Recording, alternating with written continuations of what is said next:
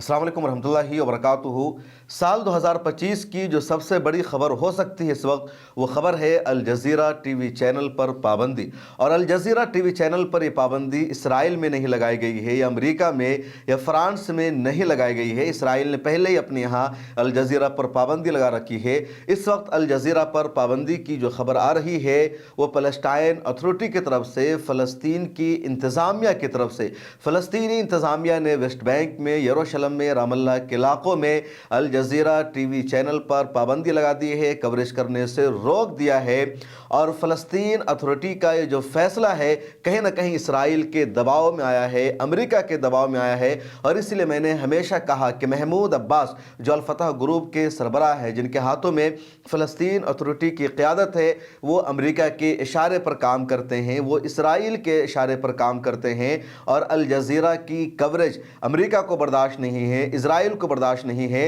Israel ने पहले ही अल जज़ीरा की कवरेज पर इसराइल में पाबंदी लगा दी, क्योंकि Al Jazeera international media houses में वाहिद ऐसा इदारा और चैनल है जो गज़ा पट्टी और वेस्ट बैंक में, फ़लस्तीन के दूसरे इलाकों में इजरायली जेनोसाइड की लगातार खबरें दिखा रहा है। सबसे ज़्यादा वो कवरेज दे रहा है। फ़लस्तीन में, या कह लीजिए गज़ा पट्टी में, इसराइल के हमलों में अब तक 150 से ज़्यादा सहाफ़ियों की शहादत हो चुकी है। और 150 में से तकरीबन 25 से 30 सहाफ़ियों का ताल्लुक़ खुद अल जज़ीरा से है, जो अल जज़ीरा के लिए काम कर रहे थे गज़ा पट्टी में या वेस्ट बैंक में या रामल्ला में। इजराइल ने चुन चुन कर अल जज़ीरा के सहाफ़ियों को शहीद किया, लेकिन अल जज़ीरा के सहाफ़ियों का हौसला देखिए, उनके जज्बा को देखिए, उनकी हिम्मत को देखिए कि उन्होंने हिम्मत नहीं हारी, उन्होंने मैदान जंग को नहीं छोड़ा, बल्कि ऊपर से एयर स्ट्राइक हो रही है, बमों की बरसात हो रही है, और नीचे ग्राउंड पर मौजूद रहकर वो उसकी कवरेज कर रहे हैं। लगातार कैमरों में इजरायली बर्बरियत को, इजराइल की दहशतगर्दी को कैद कर रहे हैं। और पिछले दिनों में वेस्ट बैंक का जो इलाका है, वहाँ भी इजराइल की दहशतगर्दी बढ़ने लगी थी, इजराइल का जुल्म वहाँ भी शुरू हो चुका था।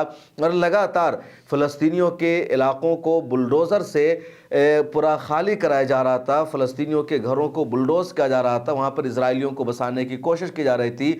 उधर भी जंग का नया महाज भी शुरू हो चुका था। हमास का जो ग्रुप वेस्ट बैंक के इलाके में, उसने इजराइल पर हमला कर दिया था, तो इजराइल ने भी वेस्ट बैंक के इलाकों पर हमला शुरू कर दिया। मस्जिद अक्सा में नमाज पढ़ने से लगातार उसने रोकने की कोशिश की, जगह जगह चेक पॉइंट बना दिया, और इन सब को अल जज़ीरा के ज़रिए दिखाया जा रहा था।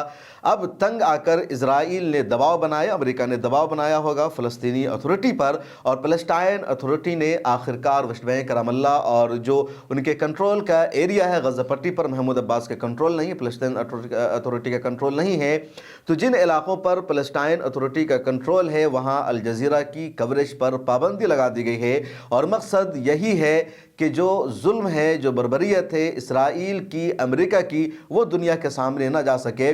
सच्चाई यह है कि इस वक्त पूरी दुनिया की जो मीडिया है वो सच्चाई दिखाने से कासिर है, वो हकीकत नहीं बता रही है।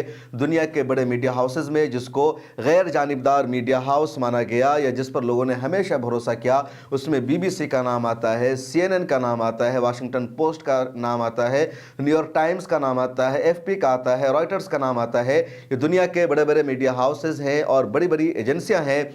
लेकिन गज़ा पट्टी पर जब इसराइल ने हमला शुरू कर दिया, फ़लस्तीनियों का कत्ले आम शुरू किया, तो इन तमाम मीडिया हाउसेज ने जानिबदारी से काम लिया। इन्होंने गैर जानिबदारी का मुजाहरा नहीं किया, बल्कि इसराइल की तरफ से जो कुछ इनको कहा गया वही इन लोगों ने अपनी ब्रॉडकास्ट में पेश किया, अपनी खबरों में पेश किया। ग्राउंड पर जाकर इन लोगों ने खबरें नहीं दिखाई। गज़ा पट्टी में पिछले 16 महीना से जेनोसाइड जारी है, इसराइल का हमला वहाँ जारी है। गज़ा पट्टी में की जो पूरी 24 लाख आबादी है, टोटल आबादी वहाँ बेघर हो चुकी है, रहने के लिए कुछ भी नहीं बसा है।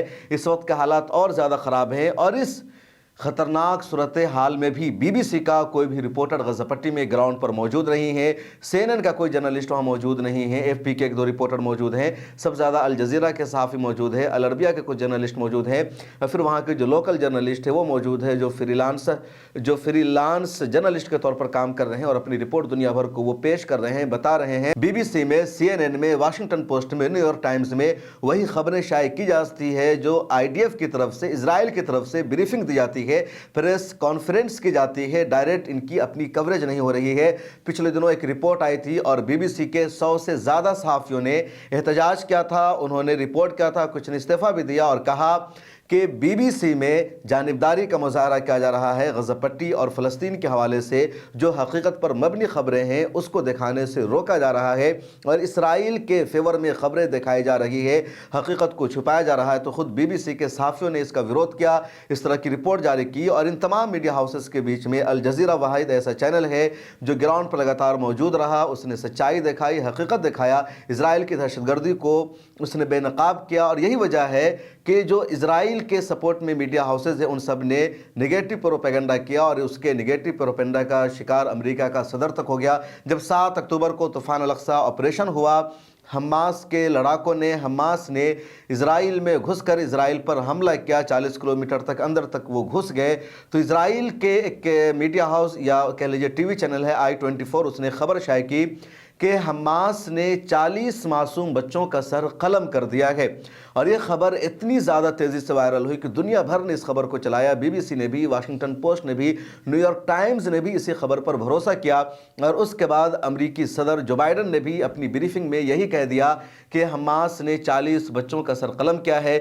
اس کے بعد اس خبر کا فیکٹ چیک سامنے آیا، اور فیکٹ چیک کیا ترکی کی نیوز ایجنسی انادولو نے۔ انادولو نیوز ایجنسی نے i24 کی اس رپورٹر سے بات چیت کی اور کہا تم نے کس بنیاد پر یہ رپورٹنگ کی، اور یہ کہا کہ حماس نے 40 بچوں کا سر قلم کیا ہے۔ تو اس خاتون رپورٹر نے کہا کہ بس میں نے یوں ہی کہہ دیا، میں نے کہیں دیکھا نہیں تھا، میرے پاس اس کا کوئی سورس نہیں ہے۔ اور جب انادولو نیوز ایجنسی میں وہ بات سامنے آئی تب پوری دنیا کو پتہ چلا کہ i24 کی وہ جو رپورٹ تھی، وہ جو خبر تھی، وہ جھوٹ ہے، حقیقت کے خلاف ہے۔ اس کے بعد وائٹ ہاؤس نے صفائی دی، وضاحت کی، اور کہا کہ ان کو اسرائیل کی حکومت کی طرف سے ایسا ہی بریف کیا گیا تھا، اور اسی لیے امریکی صدر جو بائیڈن نے بھی اس طرح کا بیان دے دیا۔ یہ خبر اگر جھوٹ ہے تو وہ اس پر اپنی صفائی پیش کر رہے ہیں، معذرت چاہتے ہیں۔